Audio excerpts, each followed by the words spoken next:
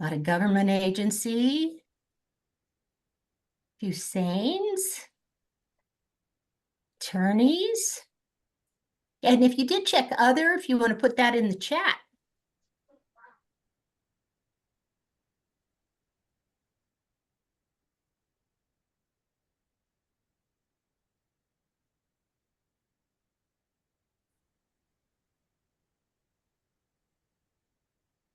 Hey, so do you want to read the results of those? Yes, good morning, everyone.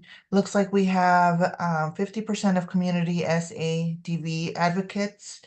We have 6% DA victim assistance, and we have 11% law enforcement victim assistance, as well as 11% government agency staff, 6% SANE and forensic nurse examiners, 11% attorney law students, and 6% other. Oh, that's a nice mix. So our presenters today are Elizabeth Newman, who is our public policy director here at CCASA, and Anastasia Cole, who is our outreach and policy associate here at CCASA. And they have both been really, really busy this legislative session, which just really never ended for them. And they always look forward to having quiet time during the summer, but I don't think they've ever been able to quite have their quiet time. So I'm going to turn it over to them. So Elizabeth and Anastasia. Thank you, Kathy, and hello, everyone. I'm just going to pull up the slides so we can share the presentation today. We appreciate all of you being here and being interested in what we have to share. There were over 500 bills passed this year, and so we're not going to cover all of them. We will talk about the ones that we feel like are most relevant for people who are working around issues of sexual violence or with survivors.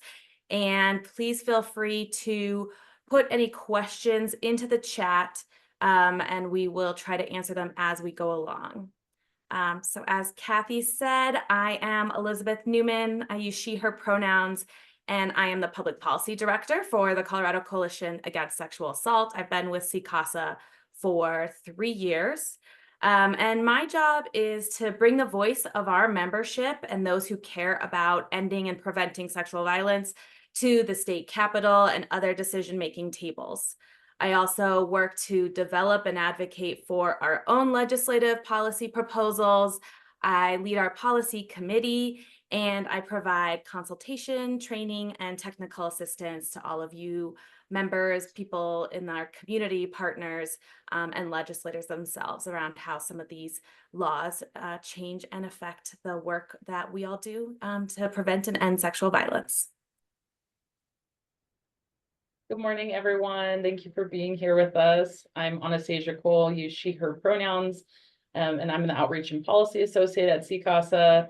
In my role, I really support our legislation development and advocacy. One of the big things I focus on is helping engage and inform our members throughout the year, but especially during the legislative session.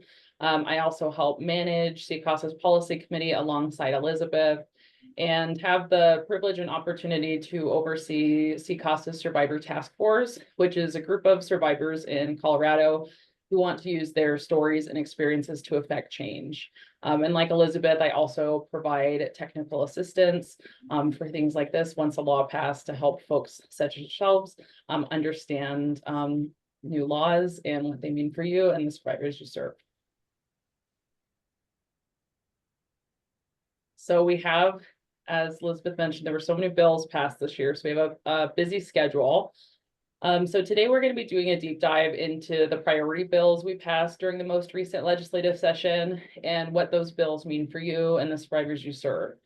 We're going to start off with talking about some notable changes to our criminal and civil statutes. We'll then talk about some new protections and wrap up with the state of victim services funding and talk about a little bit about next steps and what we're looking at for next year. So I'll pass it over to Elizabeth to get our discussion started today. Thanks, Anastasia. And as we go, just a reminder to put questions, comments, any other thoughts into the chat, and we will get to those on each. We prefer to take them as we go through each bill. But we will have time at the end if there's something you're still thinking about. So to get started, we're going to talk about House Bill 1072, which is an update to our criminal rape shield statute. For those who might not be familiar with rape shield statutes, they're laws that were created to help protect survivors' privacy and personal information, and help reduce the effect of stereotypes and myths about sexual violence and survivors from being introduced into a criminal courtroom and influencing the outcome of a case based on bias against survivors. So Colorado has had a criminal rape shield statute for quite some time.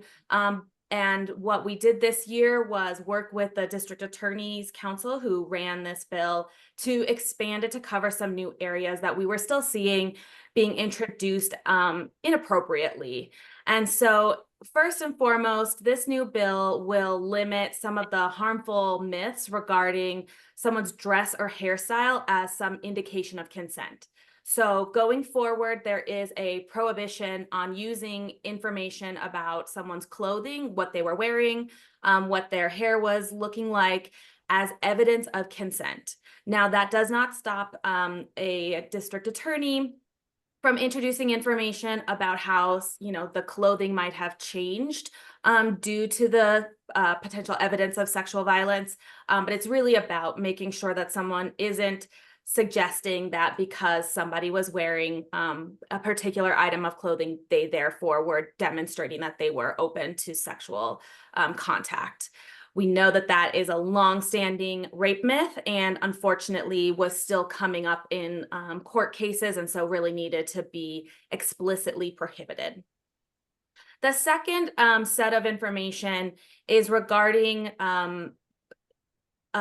something that requires a higher level of relevance in order to be introduced. And so past sexual conduct with other people was already prohibited. So someone's sexual reputation was already prohibited from being introduced into a court case. However, we know that someone may have had past sexual conduct that was consensual with the defendant, and that doesn't necessarily mean that the incident at hand was consensual, or that sometimes people might have subsequent consensual sexual activity, that does not affect the instance at hand. And so this new statute will require that there be a presentation to the judge that proves that the information is relevant or actually goes beyond an irrelevant assumption. So everything is presumed irrelevant related to sexual conduct with the defendant unless they can prove that it is relevant for the case. And the last part is regarding a history of quote unquote false reports. We were seeing instances of, someone telling their roommate that they had been assaulted in the past, and maybe their roommate didn't believe them, and that was being introduced as evidence that the victim has a history of lying about sexual violence. So now the new language around history of false reports states again that it must clear a presumed irrelevance, so it must be proven that it's relevant, and that they must be demonstrably false. So they have to be actual false reports, just not that the survivor was not believed. So this is really important because we know that going through a criminal court case or any trial can be incredibly difficult on survivors and often prevents them from really getting the justice that they're looking for because their privacy or personal information has been brought in for judgment. And this is going to protect those survivors in criminal cases from actually starting in July. So it starts with any case that starts in July from having this kind of information introduced unless it's actually pertinent to the case at hand.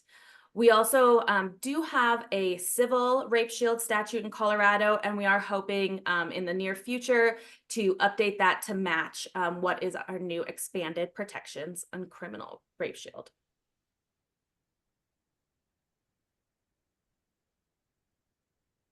And I don't see any questions in the chat yet, but feel free to add those in, but we are going to move on to the next topic.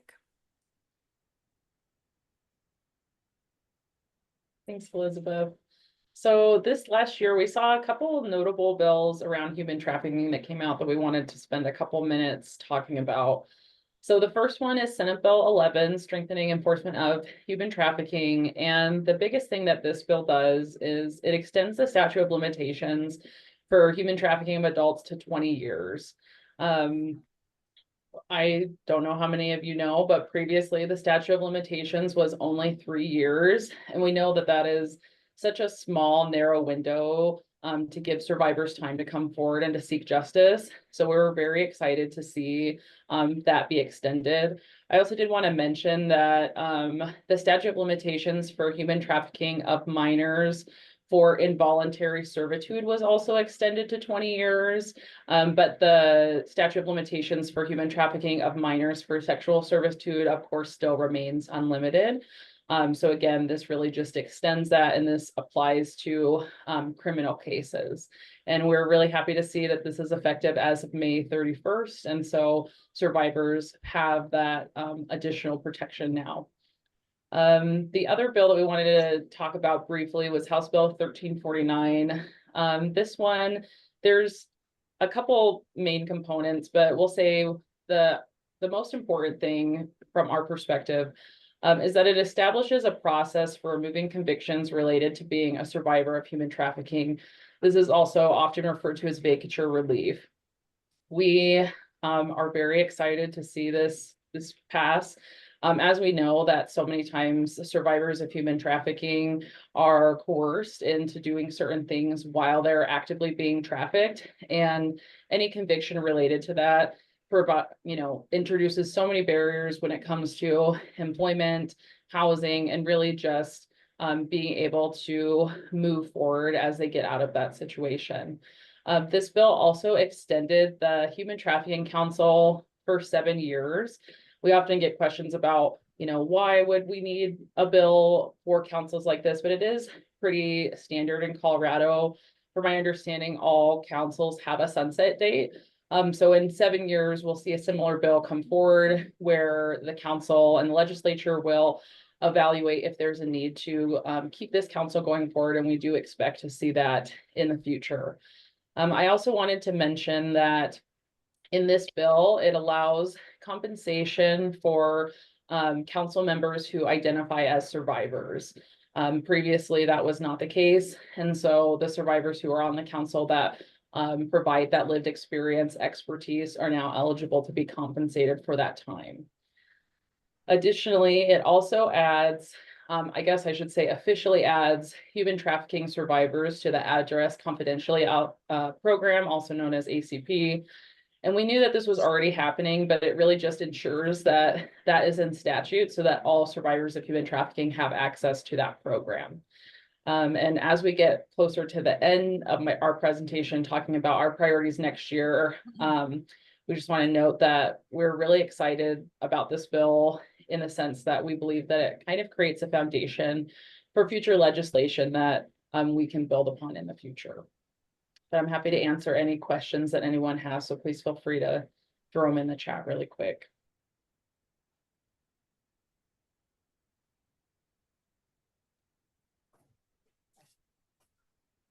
As we move along, another bill that was introduced this year was Senate Bill 120, which came from the Department of Criminal Justice or Division of Criminal Justice to update some crime victim compensation rules and the statute around them.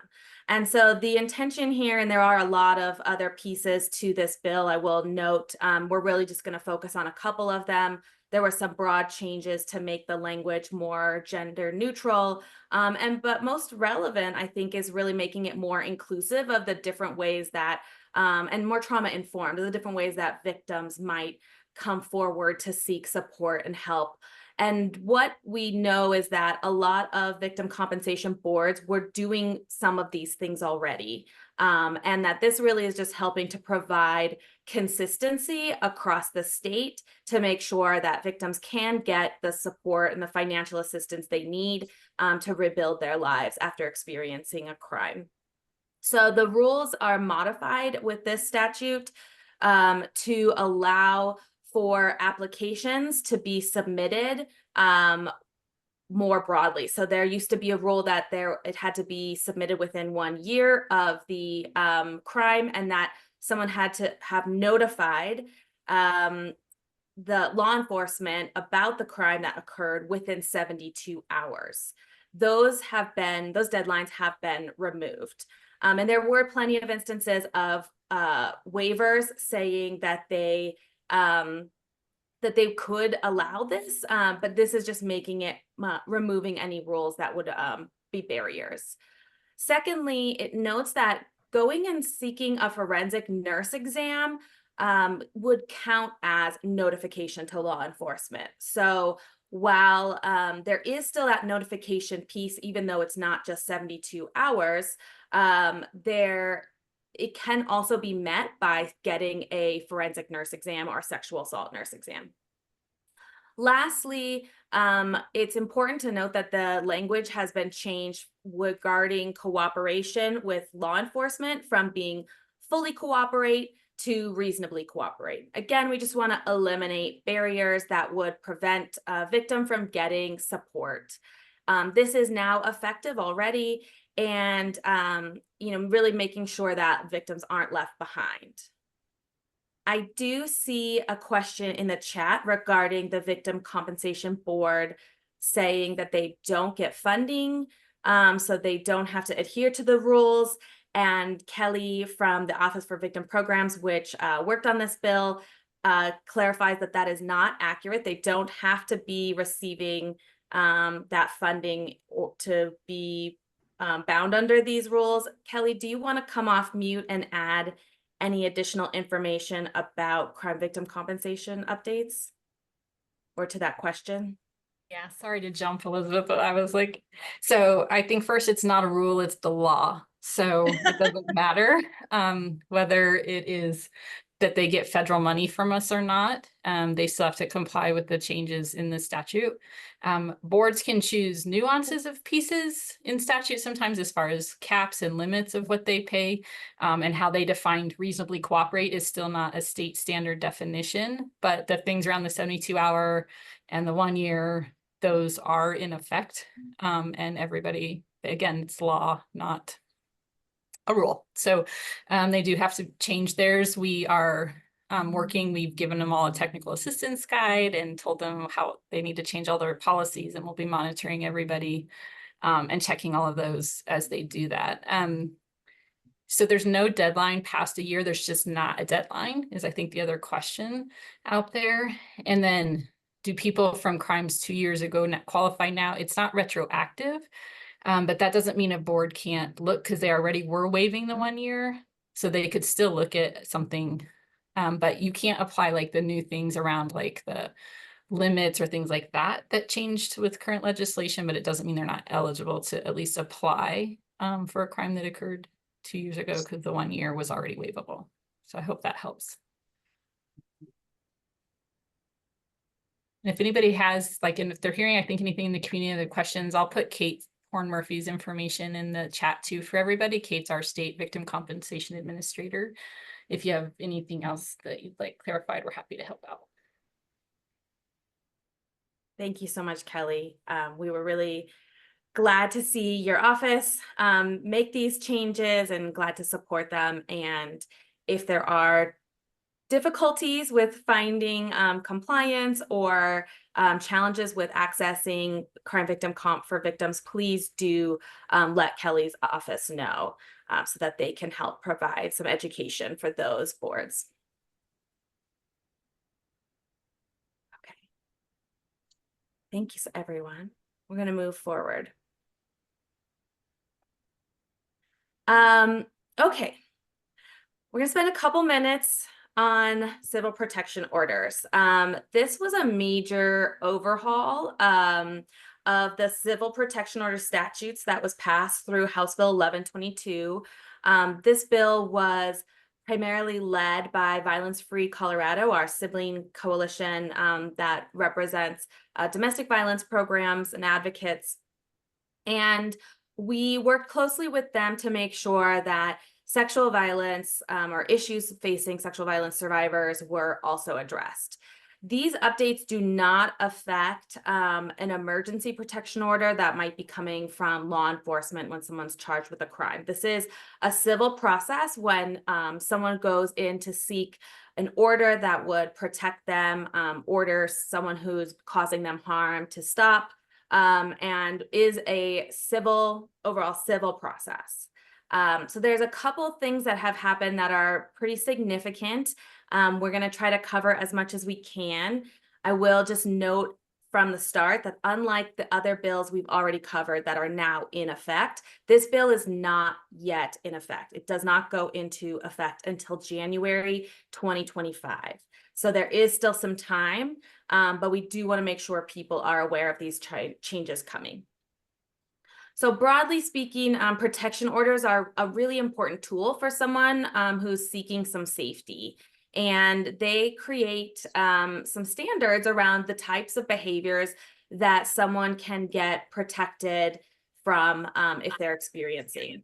So when we passed House Bill 1122, we added in some more survivor-centered definitions and standards into state statute for the first time. So that includes adding sexual violence in and of itself into statute, which is defined as any unwanted or non-consensual sexual behaviors or acts.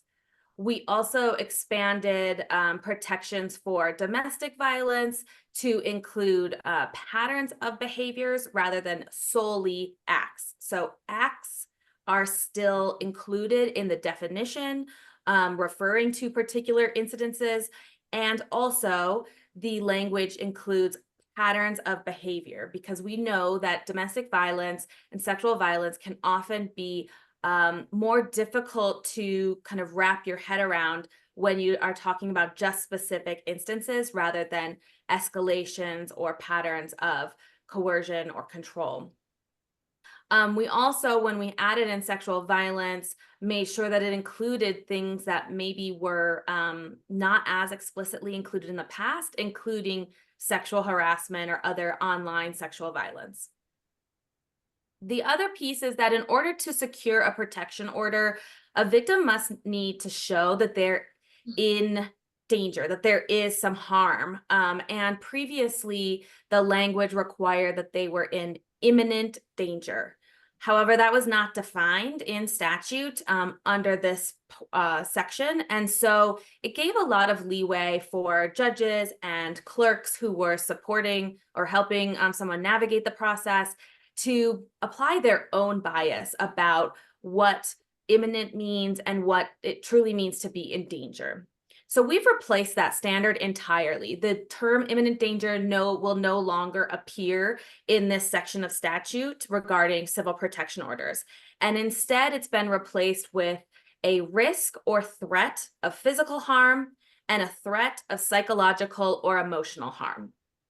That really allows for judges and clerks to better understand why someone might be seeking a protection order.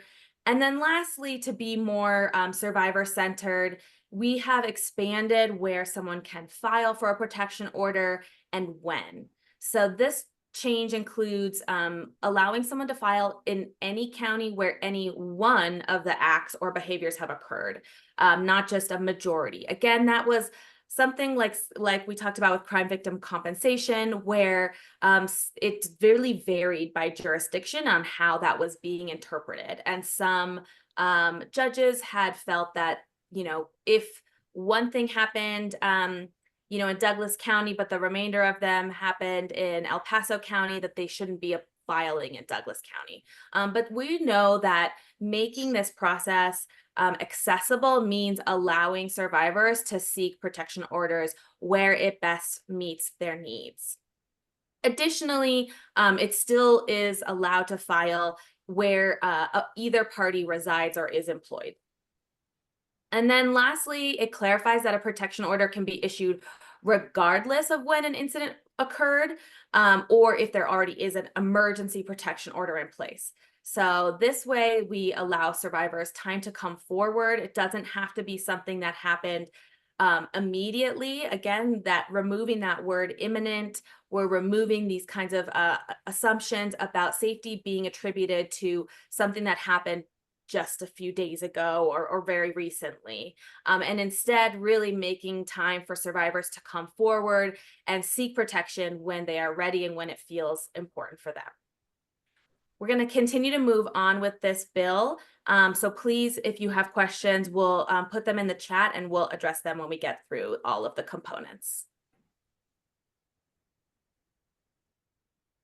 So building on that, House Bill 1122 also makes some notable changes and clarifications to civil protection order service requirements and timelines. When it comes to service requirements, there's two key things. One is it clarifies that service should not take place if the civil protection order is denied or rescinded before service.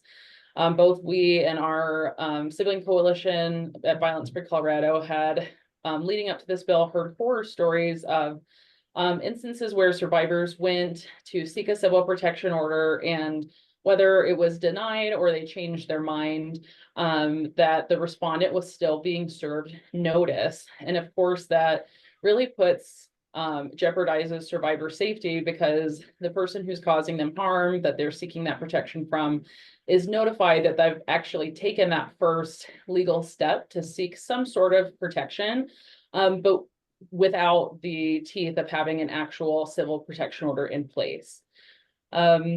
Additionally, it requires temporary protection orders that are related to domestic violence to inform respondents of gun restrictions. And that really just means that the respondents are not able to purchase or possess any firearm or ammunition for the duration of the order.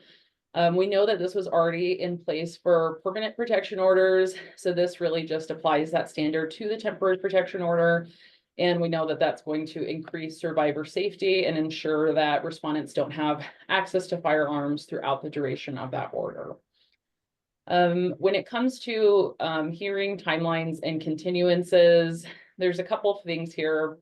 So as we know, when someone files for a civil protection order, the first court hearing is usually within, the permanent protection order hearing is usually within 14 days of filing. But between that day 1 and day 14, there can be a lot of challenges. And one of the biggest ones is having difficulties actually serving the respondent. And that's whether because they are evading service or because they just haven't been able to serve them for whatever reason.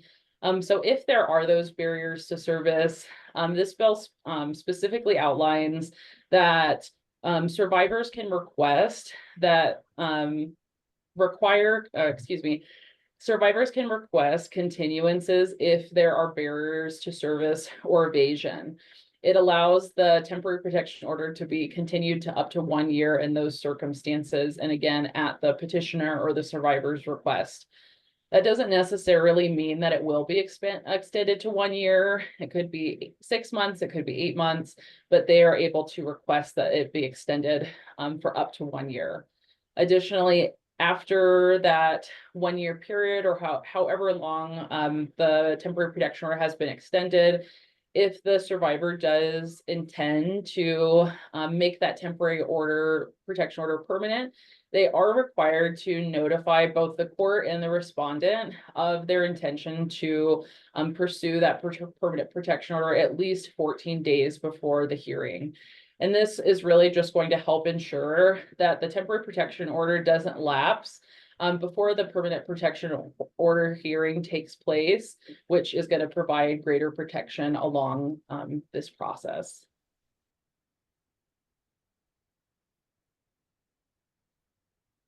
And then finally, this bill rectified some issues where we are seeing abusive tactics in terms of the way that respondents were using the process to continue to harm someone who is seeking protection.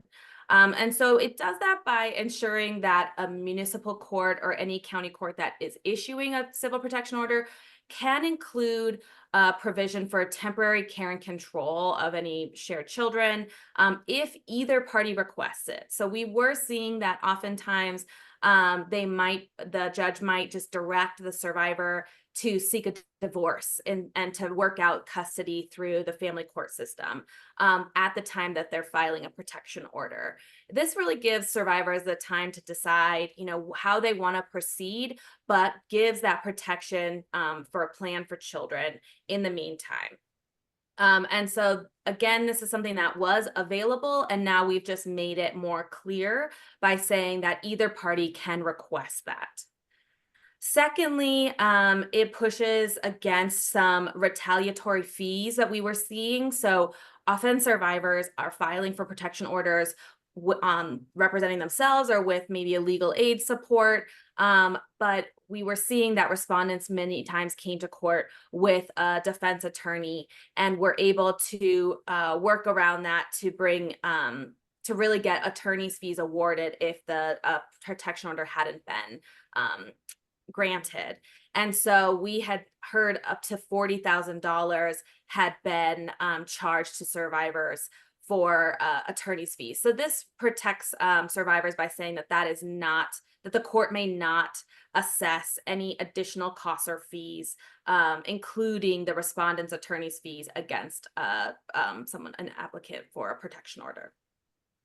And then it also disrupts the process of unnecessary court dates. So we know sometimes someone who is causing harm may file repeated motions to modify or dismiss a protection order, just dragging a survivor back to court. So this now states that they are not allowed to hear a motion to regarding a change, a modification, or a dismissal of a protection order within 2 years if the protection order was issued to be permanent or if the respondent had already filed a motion. So again, just giving a 2-year window for things to stay in place before the respondent can file to have it modified. It also doesn't allow the court to hear a motion that's when it's been filled out or filed incorrectly. So prevents, again, that bringing back survivors over and over to court to use that process to further cause harm. And then lastly, in aligning with something that's happening at the federal level, it allows courts to transfer shared phone accounts into the survivor's name and control. So that can be part of the order that is awarded if there are phone accounts shared under or in the name of the respondent. Again, this bill does not go into effect until January 1st. And so in the meantime, CCASA and Violence Free Colorado will continue to do education around this and working also with our judicial branch to hopefully make sure that they are updating their forms and educating their staff as well to make sure that this bill is actually effective and in place, implemented on the ground. I know that was a lot. And so I'm going to pause for a moment. If you have a question, you need to think about writing it down, please put it into the chat. You could also feel free to come off mute if you have, if you're comfortable doing so, to share your question, or we can just take this moment to get a sip of water.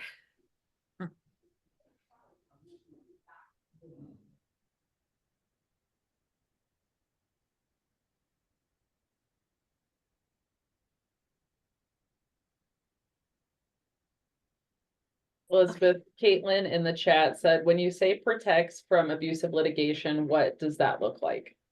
Yeah, so those are, when we talk about abusive litigation, there are certainly a lot of strategies that someone might use. We're only talking about in the context of protection order filing or what the hearing might look like. And so that is those examples of preventing someone from continuously filing to modify or dismiss a protection order. So saying that you cannot do that for 2 years. As well as the piece around attorney's fees, prohibiting attorney's fees from being awarded for respondents when they're using it against the survivor.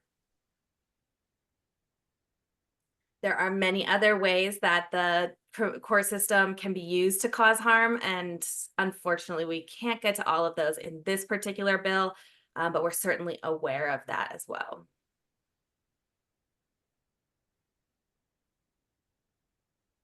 Any other questions?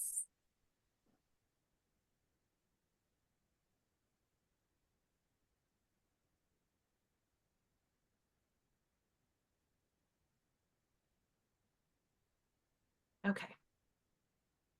We're going to move forward. Stasia, I feel like we lost a slide here. Oh, Okay. Maybe? that's No. that's the right slide. Okay, sorry. No, you're good. That's perfect. So we have another big bill to chat about with you guys today. So Senate Bill 11 was our primary lead bill during the most recent legislative session. And it centers around expanding user protections and increasing accountability for tech facilitated abuse. This bill was really born from us learning of a really prominent case that came out of Denver last year. Some of you may have heard about it. But in this case, a prominent cardiologist in Denver was using a prominent dating app to find women to date, and when he would meet with them through the course of the evening, he would eventually drug and then assault them. We know, I believe, of at least 11 women who came forward that had been assaulted, and are sure that there are more. And we were, excited. I shouldn't say excited. We were happy to see that he was facing accountability in the criminal justice system from the harm that he caused. However, a lot of the survivors in this that were assaulted, they came forward to the dating apps and reported their assault directly to the dating app to let them know that they had someone on their app that was causing harm. And in many circumstances, the dating app responded to the survivor by saying that they would take action and remove this user's profile, so that he could not continue to perpetrate this harm. But they never ended up taking his profile down, and instead, disappointingly enough, they actually ended up promoting him as Bachelor of the Month after they had received numerous reports of him drugging and assaulting women. And so while this person was facing accountability through criminal justice system, there really wasn't anything that we could do to hold these dating apps accountable and to ensure that they have a stronger policy going forward. So when we started looking at solutions for this bill and looking at potential policy options, we learned that regulating dating apps with users in Colorado is tricky, just like really regulating any other private company with consumers or users in Colorado that are operating in another state. So we learned through this process that we really can't tell a private company what to do when a user harms another, but we can require them to have a safety policy and to ensure that they uphold that safety policy under the Colorado Consumer Protection Act. So there's three main components to this bill. We're going to break it down by slide. So this is the first one. So I'll go through this, and then, as Elizabeth said, we'll take questions about the full bill once we get through the last bill component. So in terms of this, as part of the safety policy, dating apps, first of all, they are just required to have a safety policy. And in that safety policy, they're required to explain what types of behavior they do and don't allow, and how they respond to reports of misconduct that threaten personal or public safety. That includes any actions that they might take when a user has been reported for sexual assault, stalking, harassment, or whatever they choose to include in that. Additionally, the safety policy must inform users of how to report misconduct to the app and include any information about safety measures that they have in place, whether they, things like whether they verify ID and age, whether they run background checks, or whether they remove people who are reported for things like sexual assault. And finally, they need to include as part of this information about resources for victims who are harmed while using their app. We believe that this allows users to be better informed when deciding what apps to use, and incentivizes companies to put more safety measures in place and to have a higher standard to remain competitive in the market. I can say I'm not on dating apps, and I can say with confidence that if I was a user in the space right now, that I would feel much more comfortable using the services and the companies that have stronger safety policies and actually take action when someone violates that policy. And we did hear during the testimony for this, we did hear some concerns around, that this might discourage businesses from coming to Colorado. So to address that, we did include an on-ramp window. So new companies, from the day that they have users in Colorado, they have 1 year to get in compliance with all of these requirements, and the requirements that Elizabeth is going to share with us. Thanks, Anastasia. And I just want to clarify that, the challenge with this is that it's an internet company. And so internet companies have particular protections around their basically not being held liable for behaviors that other people do, users do on their platforms. And so that's the challenge we had with addressing this issue.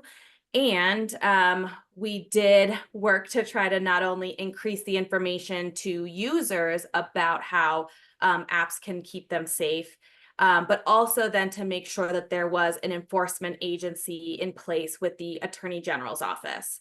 So not only do these apps going forward have to share their safety policy directly with users and on their websites or their application homes page, so that someone who's just interested in seeing what they do can find it, but also they have to submit it to the Attorney General's office.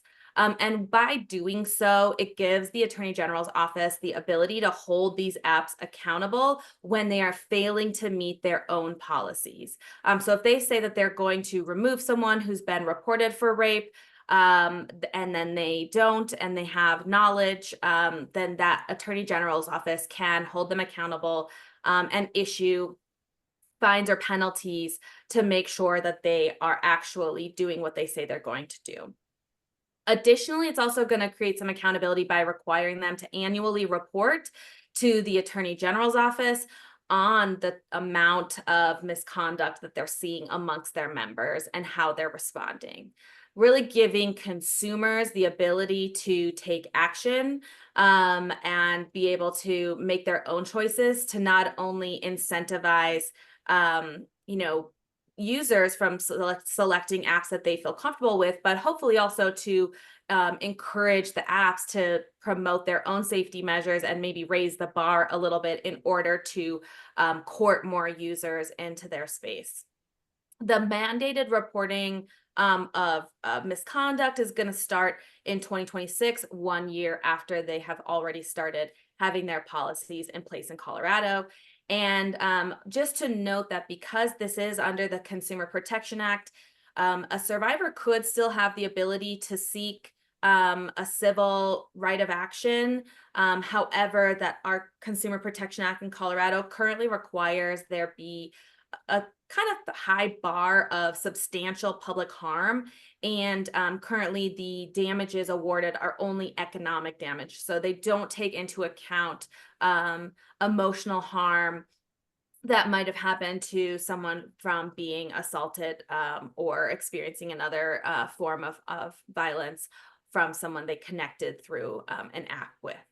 And so there's the real course of action we're hoping people will take is through the Attorney General's office, who will then have a higher view of what's happening in the state and the ability to investigate and hold apps accountable.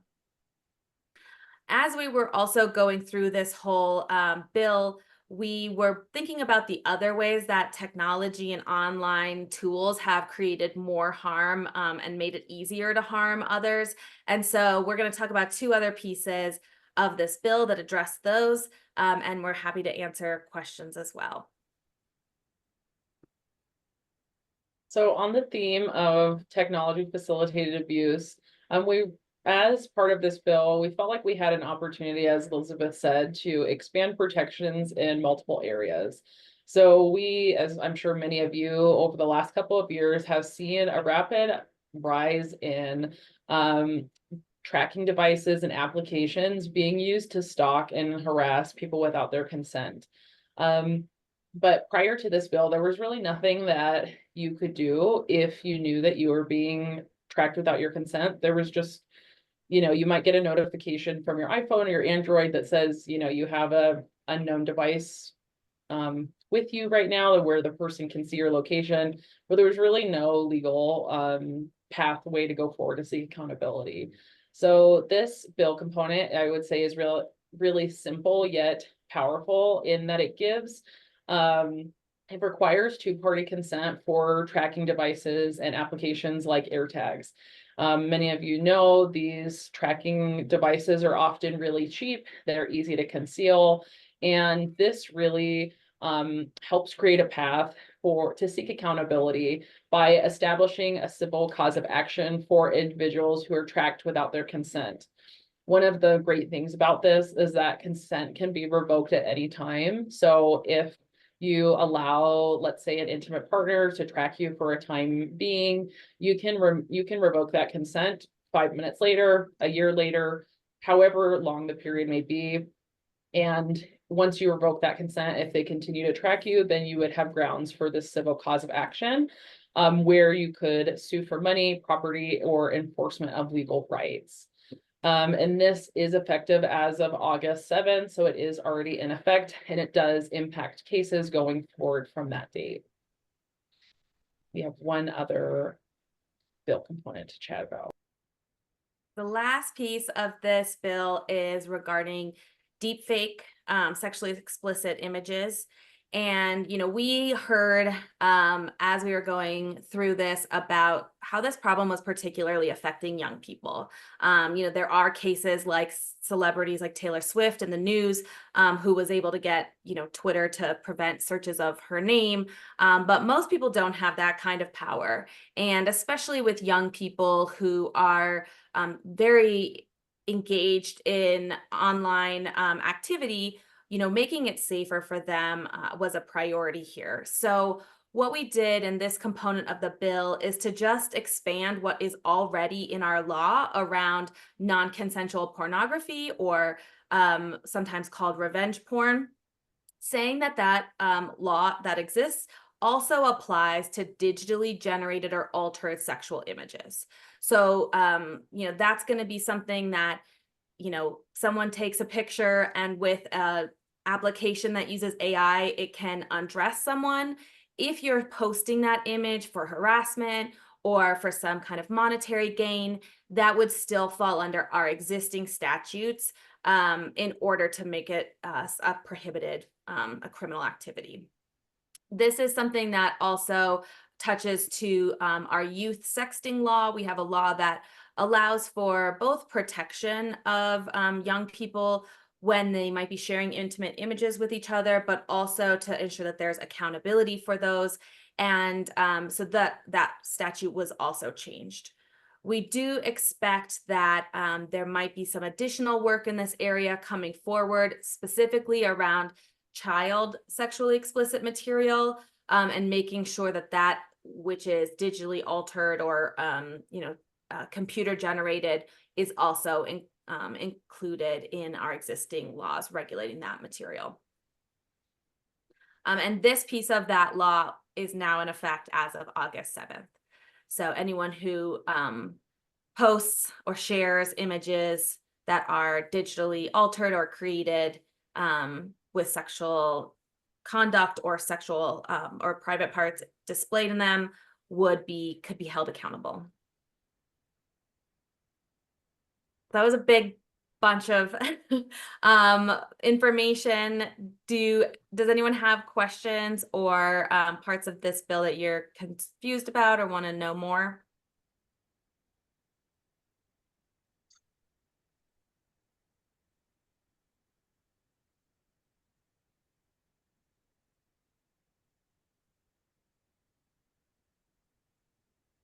we'll keep moving on then. Hopefully it's because we're explaining this material so thoroughly that you're all just ready to take this information and run with it. Okay. So we wanted to take a few minutes to talk about a few other bills that CCASA supported during the legislative session that introduced new protections. So starting off, I want to take a second to talk about Senate Bill 11, which really centers around regulating eating disorder treatment facilities. This bill was introduced and led by our partners at Mental Health Colorado, and recognizing the really strong link between specifically childhood sexual abuse and disordered eating, we were happy to jump in and provide our support from the lens of sexual violence. Many of you may not know, but eating disorder treatment facilities are not regulated like other behavioral health facilities, which really opens a lot of room for practices and standards that are often not trauma informed. During the testimony for this bill, we heard from a lot of brave survivors who came forward to share about the experiences that they had while seeking treatment from these facilities, and many of them were traumatized while they were seeking treatment. Many of them described experiencing things ranging from having to strip down and get completely naked to weigh in, having to, use the restroom with a staff member in the stall, or being restrained as a form of punishment. And those practices can be traumatizing for anyone, and they're that much more traumatizing and triggering for people that have a history of sexual violence.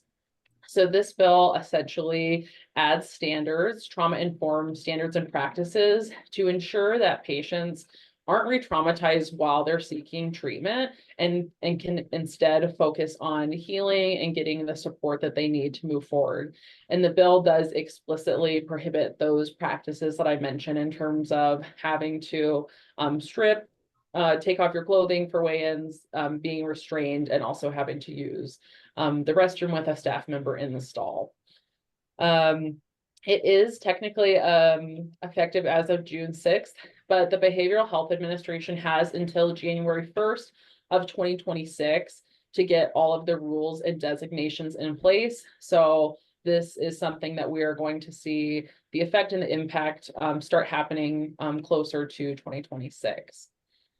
The second bill, House Bill 1130, privacy of biometric identifiers and data. This is also often referred to as BIPA. This bill was led by our partners at the ACLU of Colorado, and really expands and builds upon the Colorado Privacy Act by expanding those protections to biometric data, and ensures that biometric data cannot be collected or used without a user's consent. Currently, corporations are able to collect, store, and sell sensitive biometric data without a user's knowledge or consent. And compared to other types of information, biometric data is it doesn't change. It's unique to every person. So if that information is leaked or sold, that can really open, honestly, Pandora's box in terms of things that can happen to that user. Biometric data includes anything from facial mapping to fingerprints, voice recognition, geolocation data, things like that. And it can be used for discrimination, stalking, retaliation, and intimate image abuse. As we were looking through this bill, we were really horrified to really understand the full ways that biometric data can be used to harm others. And we know that survivors of sexual violence are especially vulnerable.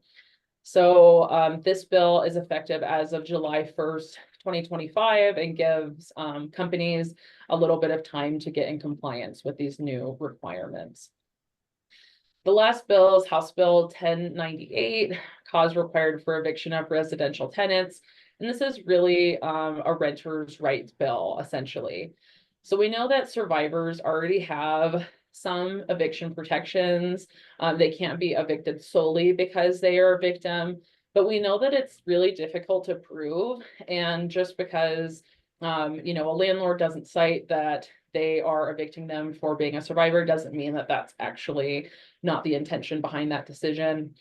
So this bill limits the reasons that a landlord can evict a tenant or refuse to renew their lease. In terms of reasons that are allowed for conviction, I think they're fairly straightforward, and this isn't inclusive, but these are the highest level ones. One is not paying rent, violating significant lease terms, property damage, and staying after lease expiration. It also includes creating a nuisance or disturbance, with the caveat that survivors of domestic violence, sexual violence, and stalking are exempt from that requirement. But again, we know that that can often be difficult to prove. When it comes to reasons that are allowed for refusing to renew a lease, that includes things like when a property is demolished or converted into a short-term rental like an Airbnb, when a property needs significant repairs that cannot be completed while the tenant is living in the property, when a landlord or their family member decides to move onto the property themselves, when a landlord intends to sell the property and stop renting it, and when a tenant refuses to sign a new lease with reasonable terms. We know that there's plenty of areas to continue building on, but we were excited to see this bill pass, as we believe that it will help survivors maintain their housing.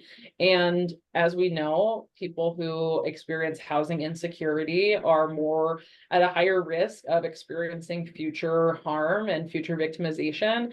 And so we also see this through essentially a prevention lens, by increasing that housing stability for survivors or folks who may become survivors if they lose access to their housing.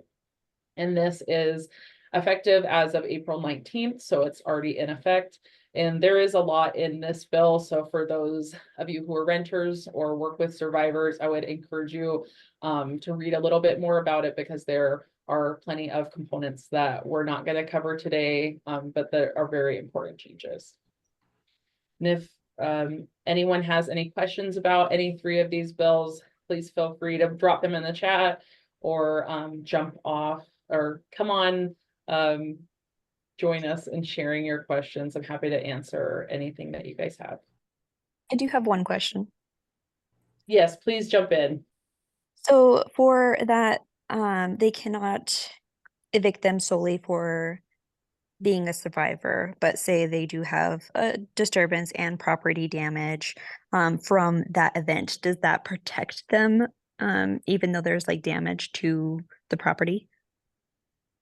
That's a great question. From my understanding, even if there was property damage, if it was related to that, I believe that that would be protected.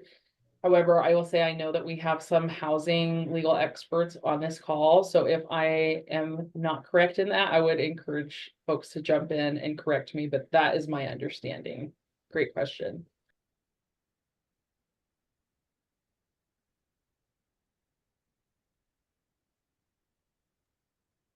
Anastasia, I think I understood you to say that if the domestic violence incident in a general eviction is related to the eviction action, then there might be a defense available. And that is generally correct. As long as there's a nexus between. They're kind of down to. Yeah, that is correct. And that is my understanding. Thank you for jumping in there. I appreciate it. Thank you. Any other questions before we switch gears?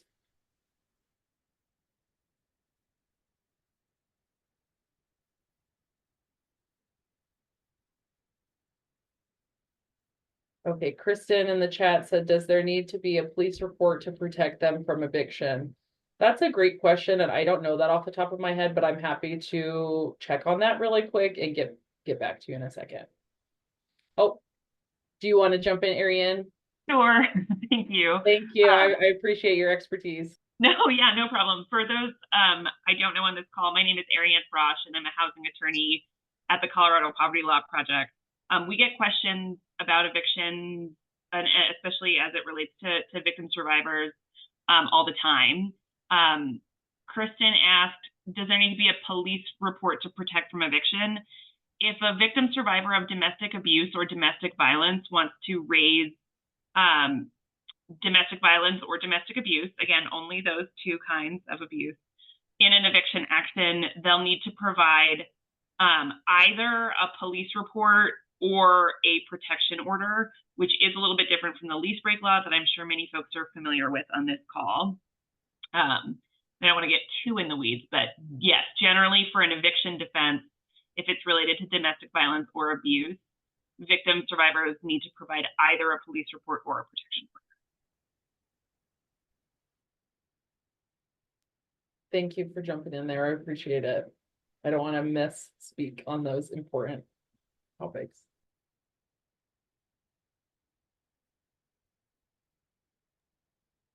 And if folks have more questions, Ariane put their email in the chat, so you can follow up as we move on to the next topic.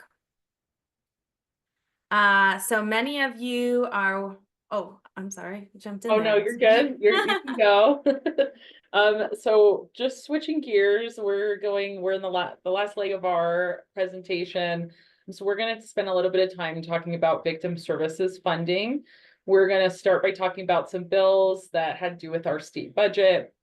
We'll then spend a minute talking about a new exciting housing bill, and then we'll wrap up looking ahead and things that folks can do to support victim services funding going forward.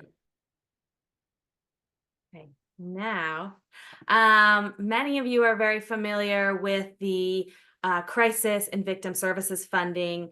As most of you know, the primary source of funding for community-based agencies, as well as law enforcement, state agencies that serve or provide services to victims of crime, comes from our federal government, and that the primary source of the Victim of Crime Act funds, which provide many of these grants, has dropped from really a substantial level. So we were seeing at the highest $56 million in 2018 to just $13 million this last year. And so that is really affecting a lot of programs and their ability to meet the needs of survivors. At the same time, we've seen more survivors reaching out, more complex cases. And so it's a real, disaster point. We were able over the last several years to use COVID recovery dollars or ARPA dollars to fill that gap. And this year was the first year we really had to rely solely on our state budget. And for those of you who work in state politics or are familiar with the state budget, it is always very, very tight to get funding. So while we were working really hard to get this funding, we know that it's not enough to meet the need.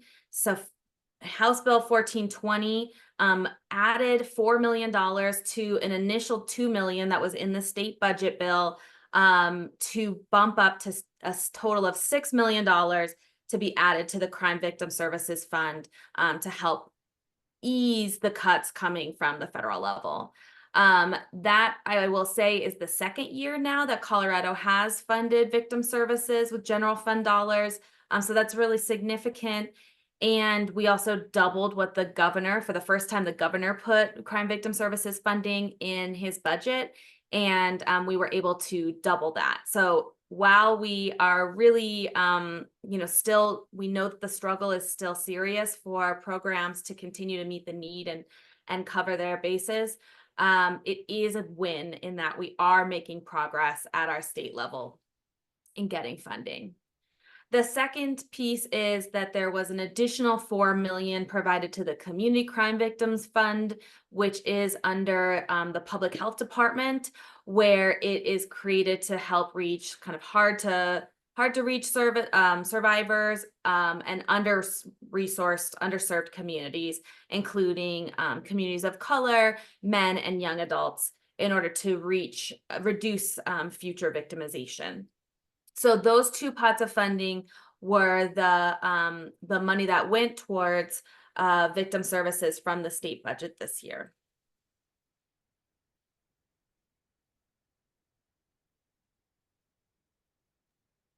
Thanks, Elizabeth. So House Bill 1431, we're really excited to see this come forward. It was led by our partners at DBP and was introduced a little bit later into the session, but it creates a new program to provide housing support to low-income survivors with children using state TANF reserves. So while we, would have loved to see these funds be accessible to survivors who do not have children, and to expand that access, especially concerning our current state of victim services funding, we were so excited to see any amount of funding being used, especially for housing supports. We did hear some concerns during testimony and questions around, if this would negatively impact county TANF reserves. And TANF, for those who are not aware, stands for Temporary Assistance for Needy Families. But this does not have any impact on county TANF dollars because it does tap into unused state TANF reserves, and there's a large pot of money sitting there, so this taps into that. One of the great things about this is that it will provide funds directly to community-based domestic violence and sexual assault organizations to provide that short-term housing assistance directly to survivors.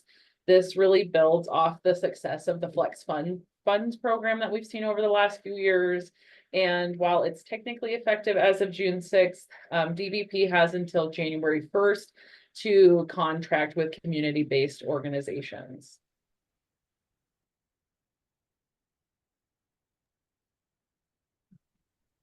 And then lastly, as we mentioned, the state budget is rough and it's looking even tougher for this next year. And so while CCASA and our sibling coalitions, Violence Free Colorado, the Colorado Organization for Victim Assistance, and the Colorado Children's Alliance worked collectively on a short-term fix or short-term, investment for this year, we also collaborated to develop a long-term strategy to try to find our own source of funding in Colorado.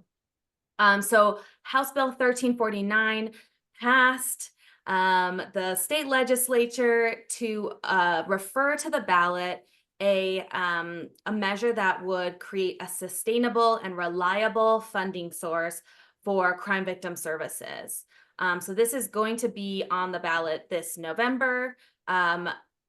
Prop KK, as we now know it, would be a 6.5% tax on gun manufacturers and retailers. So it's an excise tax, not a sales tax. And it would be expected to bring in $39 million each year, with the first $30 million of that going to fund victim services and prevention of crime.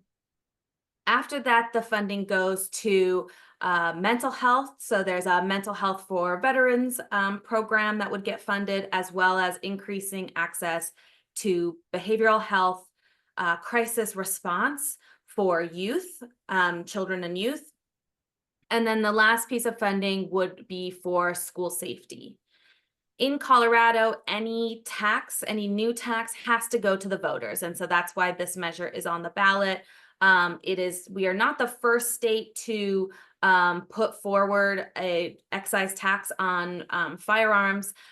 Actually, there's been a federal excise tax on guns and ammunition for 100 years, and California has passed this tax as well, without that they dedicated that funding to another source.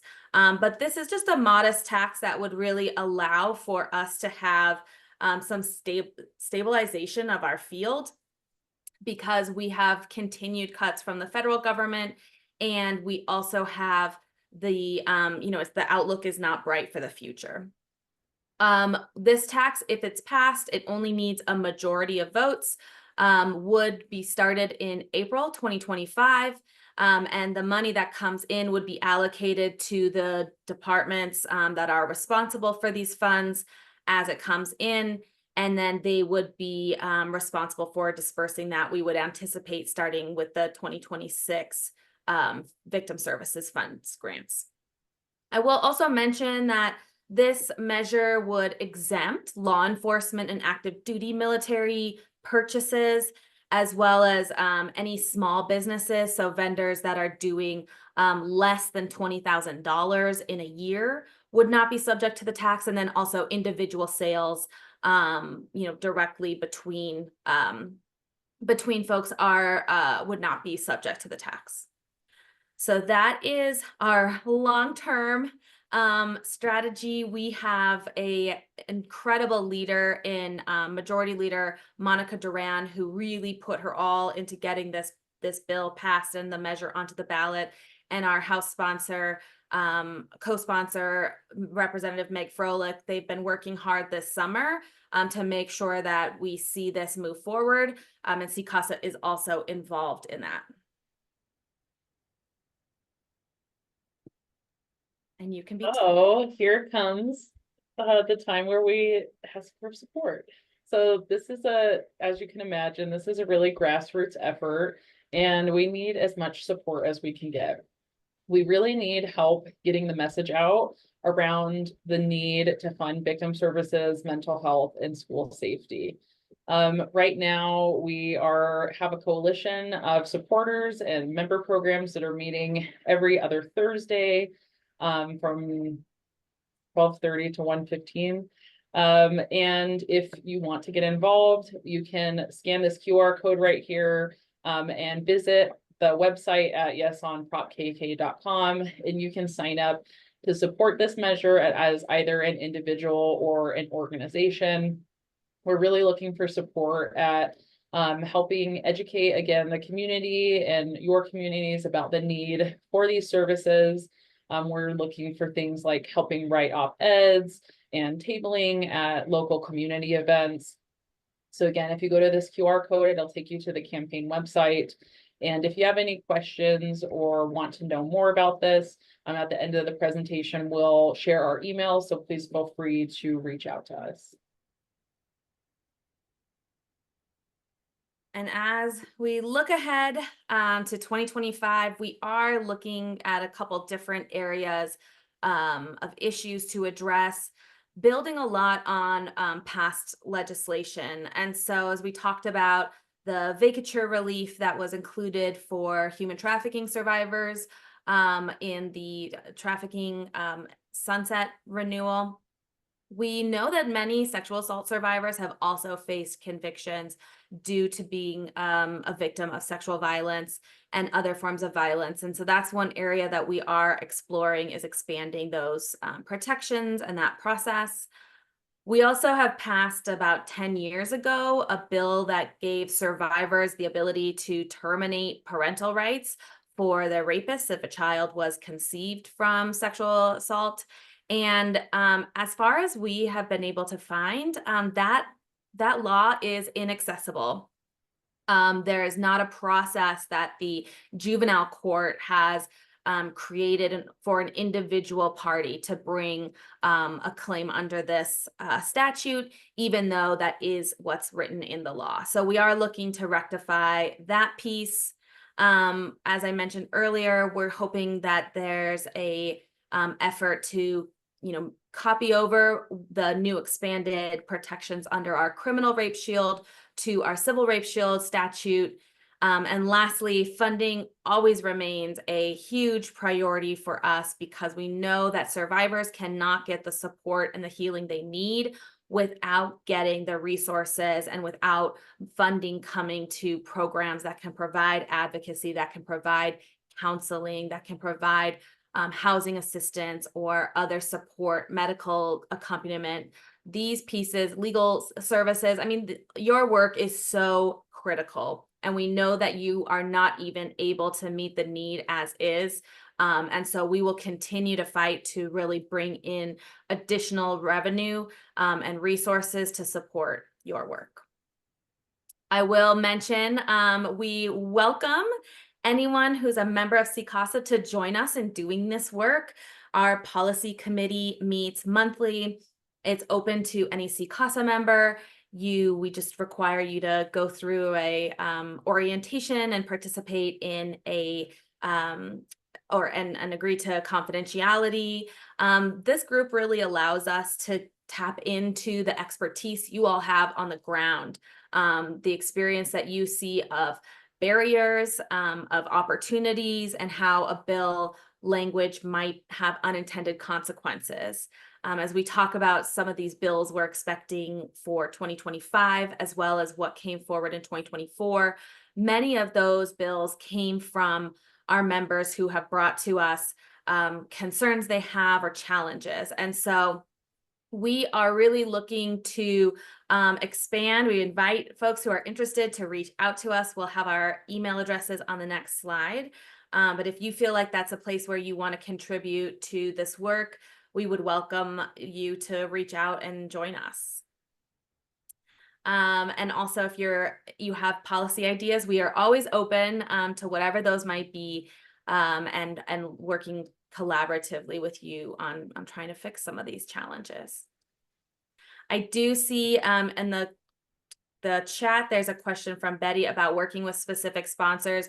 We are in conversation with a few, but we do not have a specific sponsor or drafting on those bills at this time. So I know we covered a lot of content today, so we'll take a couple seconds to see if anyone has any questions about anything we discussed today. I also do want to mention with House Bill 1122, the Civil Protection Order overhaul, as that goes into effect, and folks are on the ground actually helping survivors with that process. If there's any challenges that you all face or unintended consequences, please feel free to reach out to us. We'd love to hear those things to help ensure that the changes that were made in that bill are actually having the intended impact. I also will take a second while we're waiting to see if anyone wants to jump in with any questions to just plug our CCASA Survivor Task Force. I mentioned at the beginning of the presentation that I have the opportunity to oversee that group and really encourage everyone on this call to consider joining, whether that's for yourself or someone that you know in your personal or professional network. The Survivor Task Force is open to any survivor of sexual violence or the family member or partner of a survivor of sexual violence. There's a lot of ways that people engage with the Survivor Task Force, but one of the key things that we're focused on right now is helping sharing stories and experiences directly with legislators and experience makers to help ensure that survivors' voices are heard at all of those stages and have input in decisions that are made, and so that we can help ensure that we're passing and championing survivor-centered policy. I will drop the link to the Survivor Task Force in the chat for anyone who's interested in taking a look. There is an application at the end of that page. But if you have any questions or want to connect with me personally, or you want to make an introduction to a survivor that might be interested, please feel free to reach out. And then I do see Shelly in the chat said, does Prop KK have an actual collateral materials yet? We have capacity to distribute them in Chaffee County, but we need stuff. And Elizabeth chimed in and said getting those picked up from the printer tomorrow. I appreciate everyone's patience as we're getting into all the materials for the campaign.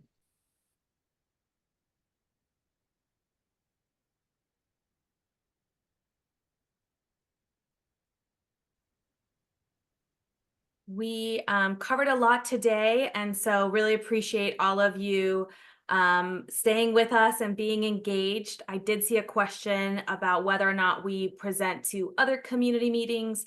Our team has done trainings like this for SART teams or other groups, individual programs. And of course, this webinar will be available on our YouTube page. So please feel free to reach out to us. Again, email is the easiest, and we can coordinate making sure that your community has all the information to make sure that they're meeting the needs of survivors. Okay, Kathy added in the evaluation form. Kathy, what closing remarks do we need to cover? Just want to thank you both, Elizabeth and Anastasia. This was great, and you provided a lot of wonderful information. You will receive a copy of the slides And you have Elizabeth and Anastasia's emails there. If there are any questions, any follow-up questions you might have, feel free to contact them. And I will send an email to all of you with that evaluation in it as well. But if you want to just do it right now, that would be great. And as we've said a number of times, this will be on our YouTube channel that you can find from our homepage within 48 hours. And we thank you so much for spending part of your day with us. And if you have any more questions, go ahead and put them in the chat. Otherwise, thank you so much and have a wonderful day.